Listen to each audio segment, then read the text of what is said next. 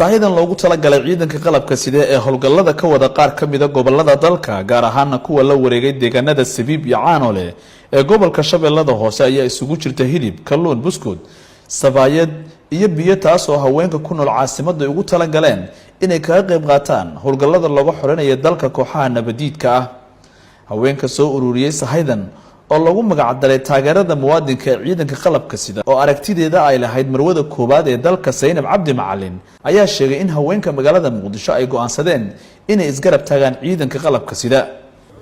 waxa sharaf noo ah haddaan nahay haweenka Soomaaliyeed ee ku dhaqan caasimadda in aan u taaganahay dhiirigelinta iyo taageerada barnaamijkan aadka u quruxda badan leh inaan ku daahfurno maantay inaan taageerno ciidankeena ciidamada qalabka sida.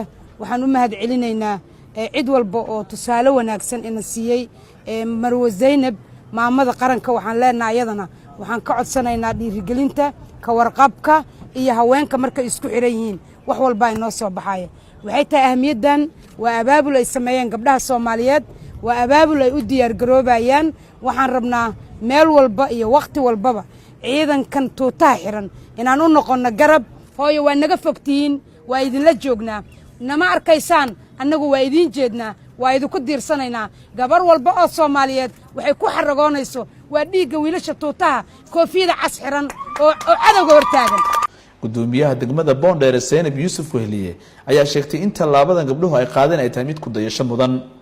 ilaahay baa mahad iska leh noo suuro galiyay arintan quruxda badan iyo fikirkan aad u wanaagsan oo saliimka ah oo Soomaalinimada ku yimid oo walaaltinimada ku yimid oo dal jaceylka iyo taageerada ciidamadeena lagu fikiray in la garab istaago.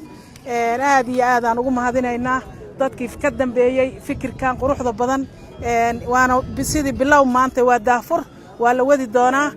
agaasimaha guud ee madaxtooyada dalka Aamina Saciid Cali ayaa uga mahad celisay haweenkan sida ay ciidamada isu garab taageen iyadoo sahaydii haweenkan ay ugu talagaleen ciidankana lagu wareejiyay taliyaha saadka ciidamada xoogga dalka Kabtan Sharmaaka Cali Axmed. waxaan u mahad celinayaa gabdhaheena Soomaaliyeed meel kasta ha joogaan oo ku dhiiran inay taageeraan ciidankooda shaqada badan galay ilaa xalay waxaan oo hiliba iyo waxaan oo alaaba kala hagahayay.